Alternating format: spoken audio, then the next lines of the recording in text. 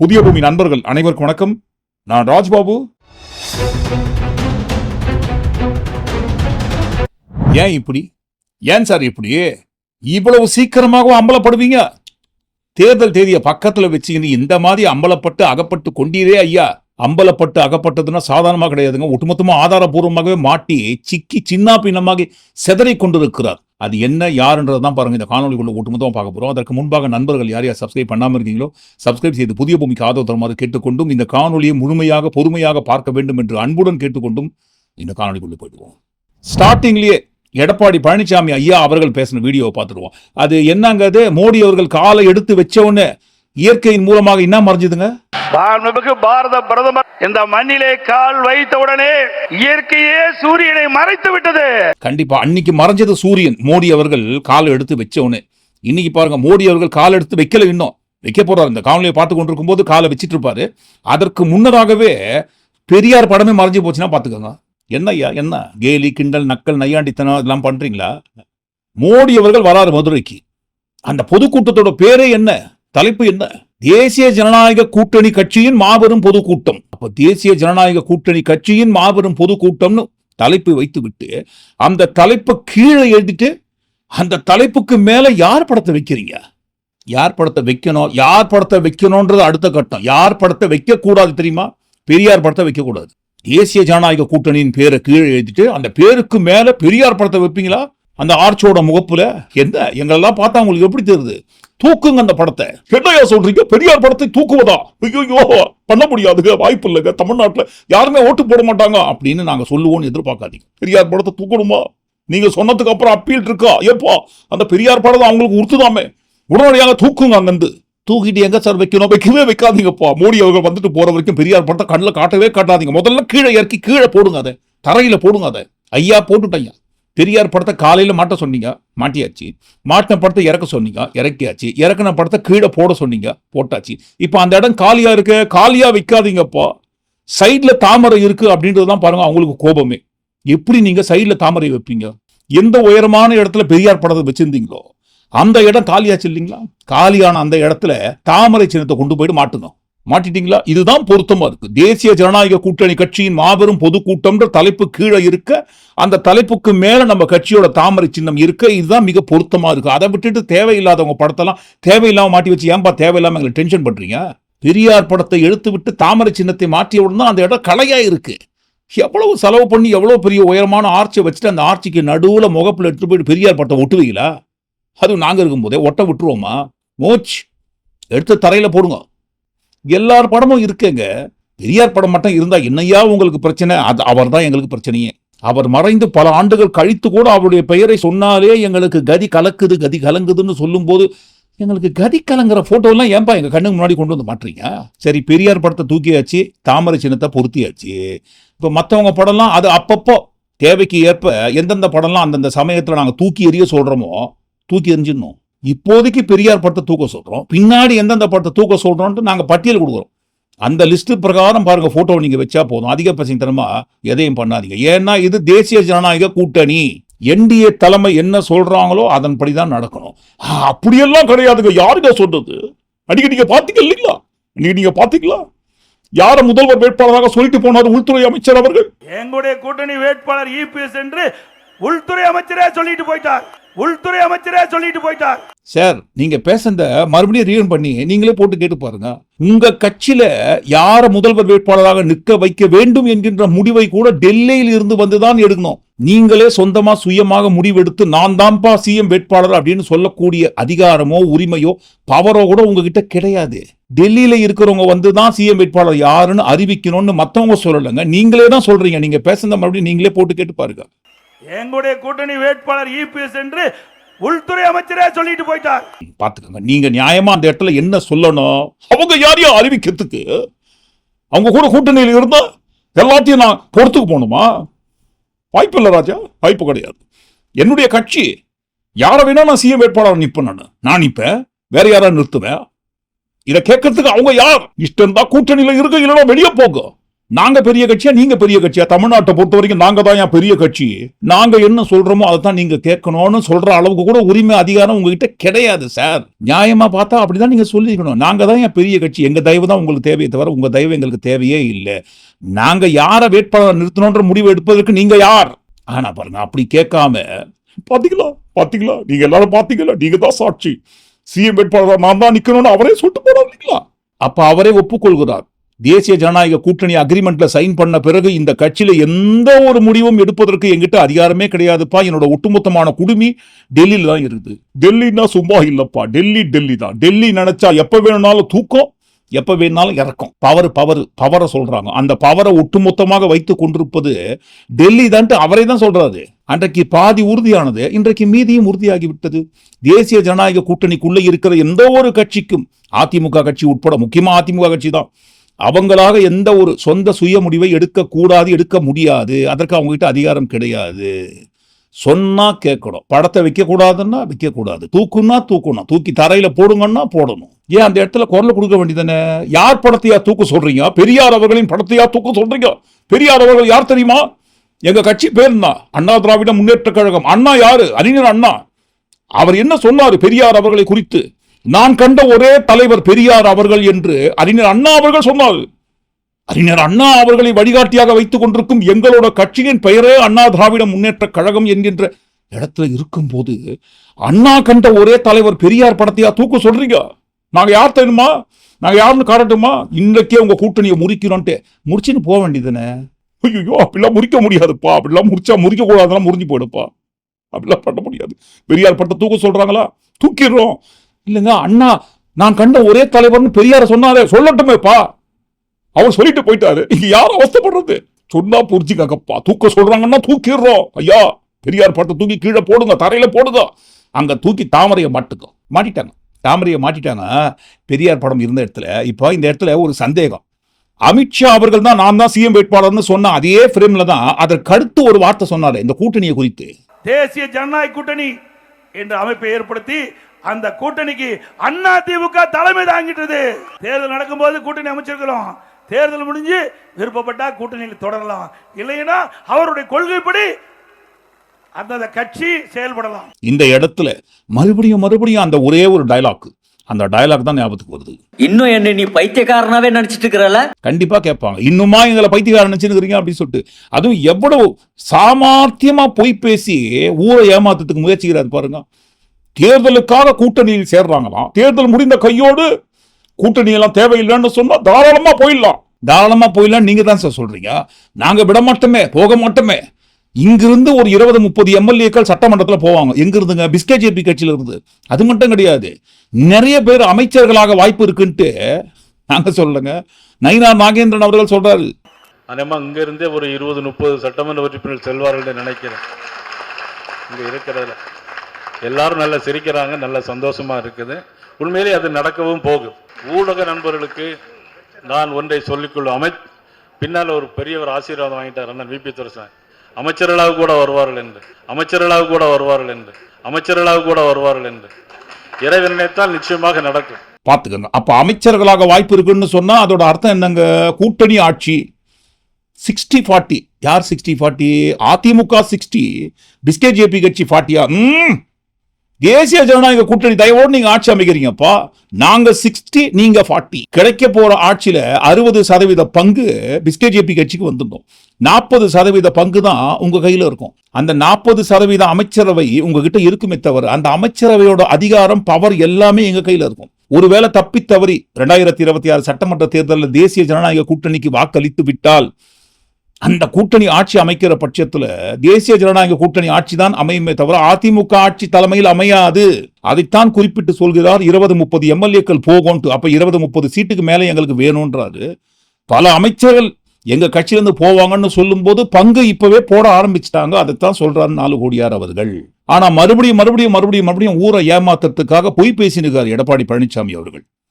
தேர்தலுக்காக கூட்டணி அமைத்திருக்கிறோம், தேர்தல் முடிந்த கையோடு யாரெல்லாம் வேண்டாம் சொல்றாங்கன்னோ அவங்க கூட்டணியை விட்டு பிரிஞ்சு போயிடலாம், அதுல எந்த ஒரு மாற்று கருத்து கிடையாதுன்னு ஊரை ஏமாத்தத்துக்கு சொல்றாரு. அதுக்கு தான் அந்த வார்த்தையை சொல்றது. அட போப்பா, இன்னும் என்ன நீ பைத்தியக்காரனவே நினைச்சிருக்கிற நீ? அன்றைக்கு என்ன சொன்னீங்க? கூட்டணியா கொள்கையா என்று கேட்டால் அனைத்து இந்திய அண்ணா திராவிட முன்னேற்ற கழகம் கொள்கைக்குத்தான் முக்கியத்துவம் கொடுக்கும்னு சொன்னீங்க.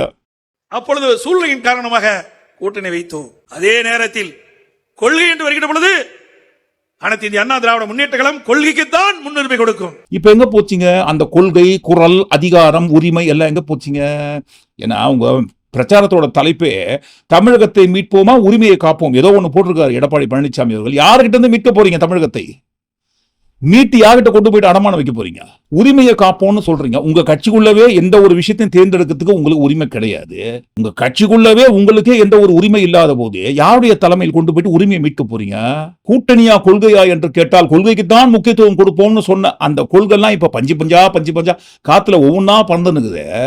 எங்க குரல் கொடுங்க, என்னையா இது எங்க கட்சியோட கொள்கையை ஒட்டுமொத்தமா வெடி வச்சு வெடிக்கிறீங்க அப்படின்ட்டு கத்துங்க. கத்துவோமா? கத்தனா என்ன மாதிரி அடுத்த கட்டமாக கத்த வைப்பாங்கன்றதுக்கு ஒரு உதாரணம் தான் டெல்லி கெஜ்ரிவால் அவர்களுக்கு நேர்ந்த உதாரணம். இதே மாதிரி ஒரு நிலைமை எடப்பாடி பழனிசாமி அவர்களுக்கு வந்துடக்கூடாது இல்லைங்களா? ஏன்னா ஓப்பனாவே மிரட்டுவாங்க. என்ன இதை பேசுறியா, ஈடி உன் வீட்டுக்கு வந்துடும் பாத்துக்கோ. और ये बात, अरे ईडी, एक मिनट शांत रहो, तुम्हारे घर ना ईडी आ जाए, तुम्हारे घर ना ईडी आ जाए. பட்ட பகல்ல ஓப்பனா பார்லிமெண்ட்லயே மிரட்டினாங்க. ஏதாவது பேசினா அமைதியா உட்கார், சுப்ரஹோ வாய மூடு, இல்லன்னா உன் வீட்டுக்கு பறந்து வருவாங்க ஈடி. तुम्हारे घर ना ईडी आ जाए, तुम्हारे घर ना ईडी आ जाए. அப்படி பறந்து வந்து கொத்தா எங்களை தூக்கிட்டு போயிட்டாங்கன்னா ஐயோ இதெல்லாம் எங்களுக்கு தேவையாப்பா? தேவையே இல்லை. அதனால்தான் என்ன உரிமை முறிந்தாலும் நாங்க கூட்டணியை முறிக்க மாட்டோமே. முறிச்சிட்டோம், முறியக்கூடாதெல்லாம் முறிஞ்சிடும் சார். அதுக்காக என்ன பண்ணாலும் பொறுத்துதான் போகணும். உங்களுக்கு பொறுமை இல்லையா? நாங்க பொறுத்து போறோம்ல, அதே மாதிரி எங்களை ஃபாலோ பண்றவங்களோ பொறுத்து தான் நீங்க போகணும் சார். நீங்க பொறுத்து போங்க சார். உங்களை ஃபாலோ பண்ற கூட்டம் ஏன் பொறுத்து போனோம்? பொறுக்கணும், பொறுமையா இருக்கணும் எல்லாரும். இன்னும் இப்போ பெரியார் படத்தை தூக்கி போட சொல்றாங்க, எம்ஜிஆர் படத்தை தூக்கி போட சொல்லியே, ஜெயலலிதா அவர்கள் படத்தை தூக்கி போட சொல்லியே, என் படத்தை தூக்கி போட சொல்லியே. அடுத்தடுத்து வருகின்ற நாட்கள்ல எங்களுக்கு தேவைப்படும் தூக்கி போட சொன்னா அதையும் தூக்கி போடணும்னு சொன்னாங்கன்னா போடுவோம். என்ன இப்போ படத்தை தான் தூக்கி போடுறோம். அவங்களோட கொள்கை எங்க கிட்ட தான் இருக்கு, நீங்க கவலையே படாதீங்க. எத்தனை பேர் படத்தை தூக்கி போட சொன்னாலும் கொள்கையில நாங்க கொள்கைக்கு தான் முக்கியத்துவம் கொடுப்போம். பெரியாருடைய கொள்கைகள்லயோ பெரியாருடைய அந்த நெறிமுறைகள்ல இருந்து அதிமுக ஒரு நாள் உங்களை போல வந்து அண்ணா ஆரம்பிச்ச கட்சியை ஒரு குடும்ப கட்சியாக்கி 50 தலைவர்களை மறந்துட்டு இன்னைக்கு இன்ப நிதியம் உதயநிதியம் போட்டுட்டு இருக்கிற ஆளுங்க நாங்க கிடையாது. மறுபடியும் கேட்கிறோம், என்ன கிண்டலா பண்றீங்க? நாங்க யாரு? பார்லிமெண்ட்ல எப்ப பார்த்தாலும் எந்த கேள்வி கேட்டாலும் என்னையா கல்விக்கான நிதியை தமிழ்நாட்டு கொடுக்க மாட்டீங்களான்னு கேட்டா ஐயோ பெரியார் தமிழ் தப்பா பேசிட்டாரே. எங்க அதுக்கு இதுக்கு என்னங்க சம்பந்தம்? ஆமாங்க, எங்க பிஸ்கேஜேபி கட்சியோட அமைச்சர் பார்லிமெண்ட்ல தமிழர்கள் நாகரீகமற்றவர்கள் அப்படின்னு சொன்னாங்கன்றதுக்காக தமிழை குறித்து நீங்க மல்லு கட்டுறீங்களே, சப்பக்கட்டு கட்டுறீங்களே, தமிழுக்கு பறிஞ்சின்னு வரீங்களே. தமிழை குறித்து பெரியார் அவர்கள் என்னென்னலாம் பேசினாருன்ட்டு நிதியை பத்தி கேட்டா பெரியார் எடுத்துப்பாங்க. For just saying your protests are uncivil, they made the education minister to withdraw his statement. When a man repeatedly says Tamil is a barbaric language, Katumirandi Bhashai, look at the hypocrisy. They keep his photo in every room. I'm sure even in the parliament office of that party, his photo is there. They garland him and they worship him and they say he is the icon of Dravidian movement. But he said Tamil is Katumirandi Bhashai. மறுபடியும் பாருங்க, என்னம்மா இப்படி பண்றீங்களம்மா? பட்ஜெட்ல தமிழ்நாடுன்ற பேரே இல்லையே. தமிழ்நாட்டில் ஏமா zero walkie வைக்கிறீங்க? எப்ப பார்த்தாலும் பட்ஜெட்ல நீங்க தமிழ்நாட்டுக்கு எதுவுமே கொடுக்க மாட்டீங்களான்னு கேட்டா பெரியார் எடுத்துப்பாங்க. இன்னும் கொஞ்சம் போயிட்டு என்னங்க இது சமஸ்கிருதத்துக்கு மட்டும் இவ்வளவு ஆயிரக்கணக்கான கோடியை வாரி வழங்குறீங்களே, தமிழ் எங்க பார்த்தாலும் தமிழை உயர்த்துகிறோம், தமிழ் தான் என் மூச்சு, தமிழ் தான் என் பேச்சு, தமிழ் தான் என் வாட்சின்னு சொல்ற மோடி அவர்கள் ஆட்சியில் தமிழுக்கு எந்த ஒரு நிதியும் கொடுக்க மாட்டீங்களே. அப்ப தமிழ் வளரணும்னு என்ன உங்களுக்கு இல்லவே இல்லையான்னு கேட்டா ஐயோ பெரியார் தமிழை குறித்து ஏடாகூடமா பேசியிருக்காரே. தமிழ் படித்தால் பிச்சை கூட கிடைக்காது. தமிழ் படித்தது பிச்சை எடுப்பதை தவிர வேற உயிர் வாழ ஒன்றுக்கும் பயன்படவில்லை என்பதோடு இதற்காக செலவு செய்த காலத்தை வேறு துறையில் செலவிட்டால் வாழ்வில் ஏற்பட்டிருக்கும் என்பதை 100 ஆண்டுகளுக்கு முன்பே தமிழ் கற்ற ஒரு அனுபவ புலவர் பாடியுள்ளார். The person who said this, quoting a poet who lived 100 years ago, you're keeping a picture in your offices, in your everywhere, on your desks, and you're worshipping him. ஏங்க நாங்க என்ன கேட்கறோம், நீங்க என்னங்க சொல்றீங்க? தமிழுக்கு எங்க நிதியை ஒதுக்க மாட்டீங்கன்னு கேட்டா தமிழைத்தான் அவர் கொச்சைப்படுத்திட்டாரே. பெரியார் அவர்கள் தமிழை குறிப்பிட்டு எதுக்காக அந்த மாதிரி சொன்னாருன்ட்டு எத்தனை தடவை விளக்கம் கொடுத்து ஆதாரங்களை எடுத்து போட்டாலும் கண்ணை திறந்து பார்க்க மாட்டாங்க, காது கொடுத்து கேட்க மாட்டாங்க. கட்டுக்கட்டா கட்டி வச்ச புராண குப்பைகள் தமிழோடு கலந்து பிரிக்க முடியாமல் போச்சே அப்படின்னு ஒரு காரணத்திற்காக தான் பாருங்க அவர் தமிழ் அந்த மாதிரி சொன்னாருன்ட்டு எவ்வளவு முறை ஆதாரங்கள் எடுத்து போட்டாலும் பார்க்க மாட்டோமே. நிதியை பத்தி கேட்டீங்களே, நிதியை பத்தி கேட்டா எங்களுக்கு சொல்றதுக்கு பதிலே இல்லை, அதனால பெரியாரை எடுத்துப்போம். இப்படி அர்த்தமே இல்லாம, சம்பந்தமே இல்லாம, எந்த ஒரு பொருத்தமே இல்லாம டெல்லி பார்லிமெண்ட்லயே நிதியை குறித்து கேட்டா பெரியார் பெரியார் பெரியார்னு மடைமாற்றம் செய்யற எங்க கண்ணுக்கு முன்னாடியே, அதுவும் பாருங்க தேசிய ஜனநாயக கூட்டணி கட்சிகளின் மாபெரும் பொதுக்கூட்டம்னு போடுற அந்த இடத்துல பெரியார் படத்தையா உயரமா மாட்டி வைக்கிறீங்க? அரே கியாயே, உலக தலைவருக்கு நேர்ந்த இவ்வளவு பெரிய அவமானமா? என் கண்ணுக்கு முன்னாடி பெரியார் படம் என் தலைக்கு மேல இருக்கணுமா? இருக்கக்கூடாதே. அதுக்காக தான் தூக்கி போட சொல்றாங்க. அப்ப இந்த இடத்துல மறுபடியும் அந்த டயலாக கேட்பாங்களா, கேட்க மாட்டாங்களா? ஏம்பா இன்னும் என்ன நீ பைத்தியக்காரனவே நினைச்சுக்கிறல்ல நீ? கண்டிப்பா கேட்பாங்க. ஏன் தெரியுங்களா? ஒரு புகைப்படத்தை வைத்துக் கொள்வதற்கு கூட உரிமை இல்லாத உங்ககிட்ட எப்படிங்க ஆட்சியை தூக்கி கொடுப்பாங்க? தப்பி தவறி ஒருவேளை ஏதாவது ஒண்ணு அப்படி இப்படின்னு பண்ணி நடக்கக்கூடாது நடந்து போயிட்டு தேசிய ஜனநாயக கூட்டணிக்கு மக்கள் ஓட்டு போட்டு தேர்ந்தெடுக்கிற பட்சத்துல அந்த ஆட்சி அதிமுக தலைமையில் அமைகிற ஆட்சியாக இருக்கவே இருக்காது. தேசிய ஜனநாயக கூட்டணியின் ஆட்சியாகத்தான் இருக்கும். இன்னும் ஒரு படி மேல போயிட்டு பிஜேபி கட்சியோட ஆட்சியாகத்தான் அது இருக்கும். மக்களும் அதைத்தான் விரும்புகிறார்கள் என்று நாங்க சொல்லல. இதற்கு முன்பாக தமிழ்நாட்டிற்கு வருகை தந்த மோடி அவர்கள் ஓப்பனா சொன்னார். எடப்பாடி பழனிசாமி அவர்கள் எந்த மேடையில வந்து மோடி அவர்கள் கால் வைத்ததும் இயற்கையே சூரியனை மறைத்து விட்டதுன்னு சொன்னாரோ அவரை வைத்துக் கொண்டே தான் சொன்னார் மோடி அவர்கள். मैसेज ये कि तमिलनाडु अब चेंज के लिए तैयार है। तमिलनाडु अब डीएमके के कुशासन से मुक्ति चाहता है। तमिलनाडु अब बीजेपी एनडीए की सरकार चाहता है। तमिलनाडु अब बीजेपी एनडीए की सरकार चाहता है। மக்கள் அதிமுக ஆட்சியை விரும்புகிறார்கள் அப்படின்னு சொல்லவே இல்லை. மோடி அவர்கள் அந்த மாதிரி வார்த்தை யூஸ் பண்ணவே இல்லை. மக்கள் மாற்றத்தை விரும்புகிறார்கள், முக்கியமா அதிமுக ஆட்சியை விரும்புகிறார்கள். அவர்களது தலைமையில் அமைந்த இந்த கூட்டணி மக்களுக்கு தேவைப்படுகிறதுன்னு சொல்லவே இல்லை. மக்கள் விரும்புவது என்டிஏ ஆட்சியை, பிஜேபி கட்சி ஆட்சியை. அப்ப பிஜேபி கட்சி ஆட்சி என்டிஏ ஆட்சின்னு சொன்னா நடுவுல எடப்பாடி பழனிசாமி அவர்களுக்கு என்ன வேலை? ஆட்சியை பங்கு போட்டு பிரிச்சு அதிகப்படியான அமைச்சர்களை பிஜேபி கட்சியை சேர்ந்தவங்களை யார் யார் கொண்டு போயிட்டு அமைச்சரவையில் உட்கார வைக்கணுமோ அந்த வேலை தான் அவருக்கு. மோடி அவர்களோ இல்ல அமித்ஷா அவர்களோ அவங்களா பார்த்து பாருங்க, பிஜேபி கட்சி அமைச்சர்கள் அமர்ந்தது போக அமைச்சரவையில் இருக்கிற சீட்டை முடிஞ்சா கொடுப்பாங்க அதிமுக கட்சிக்கு.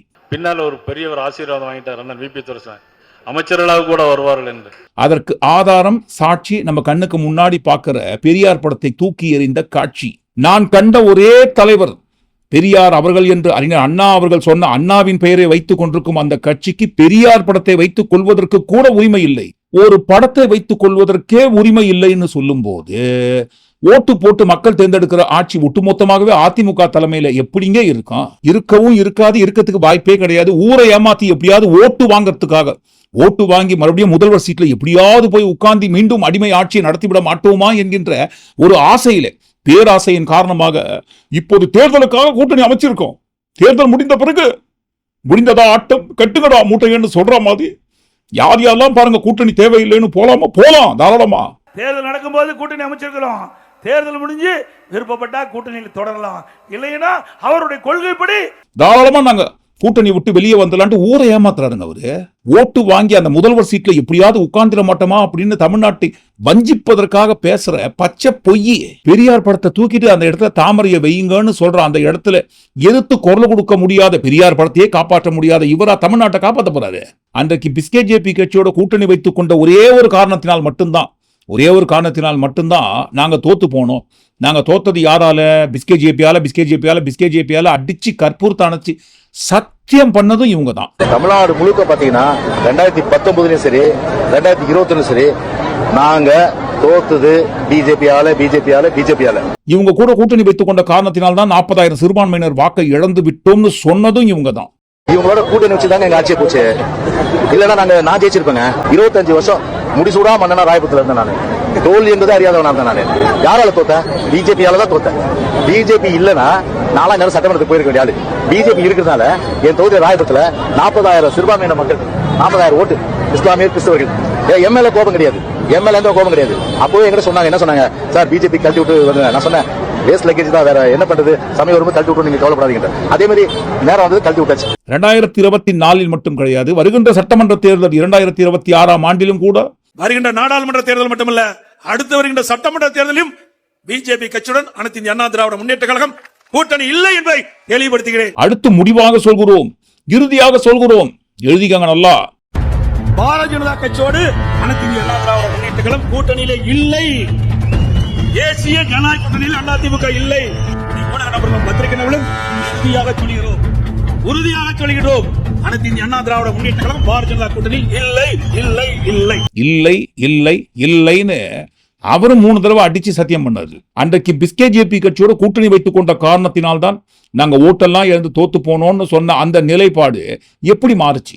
சிறுபான்மையினருக்கு எதிராக இருக்கிற கட்சிங்க அந்த கட்சியோடு நாங்க கூட்டணி வைத்துக் கொண்ட காரணத்தினால்தான் சிறுபான்மையினர் வாக்குகளை இழந்தோம்னு சொன்ன அந்த இடத்துல சிறுபான்மையினர் பாதுகாவலராக எந்த இடத்துல இப்ப இவங்க மாறினாங்க? இந்த இடத்துல அவங்க மாறிட்டாங்க. அன்றைக்கு சிறுபான்மையினருக்கு எதிராக இருந்தாங்க, இன்றைக்கு பாருங்க சிறுபான்மையினர் பாதுகாவலராக மாறிட்டாங்கன்ட்டு எதையாவது குறிப்பிட்டு சொல்லி, நாதஸ் முன்ன மாதிரி கிடையாது, நாதஸ் இப்ப ரொம்ப மாறிட்டான், திருந்திட்டான் நாதஸே சொல்ற மாதிரி சிறுபான்மையினருக்கு எதிராக இருந்தவங்க திடீர்னு எப்படி பாதுகாவலராக மாறினாங்கன்றத எட்டு போடுங்க. எட்டு போடவே முடியாது. அவங்க இருந்த நிலைப்பாட்டில் இருந்து கொஞ்சம் கூட துளி அளவு மாறவில்லை என்பதற்கு மீண்டும் சாட்சி தான் பெரியார் படத்தை தூக்கி எறிந்த காட்சி. சம்பந்தியும் சத்தத்துக்கு சாப்பிட போன மாதிரி எல்லாரும் ஒரே குட்டையில ஊர்ன மட்டைகள். அதற்கு இதுதான் சாட்சி, உதாரணம், ஆதாரம் எல்லாம். நீங்க என்ன நினைக்கிறீங்க? ஒட்டுமொத்தமா எல்லாத்தையும் கூட்டி கழிச்சு இந்த காணொலிக்குள்ள வந்த எல்லா உரிமை சம்பந்தப்பட்ட விஷயங்களை குறித்து, உரிமையே இல்லாத உரிமையை குறித்தும், கொள்கையே இல்லாத கொள்கையை குறித்தும் ஒட்டுமொத்தமா சேர்த்து உங்க கருதுகளை கண்டிப்பா நீங்க பதிவு பண்ணுங்க. மீண்டும் நாளை காணொலியில் நாம் சந்திப்போம். நன்றி.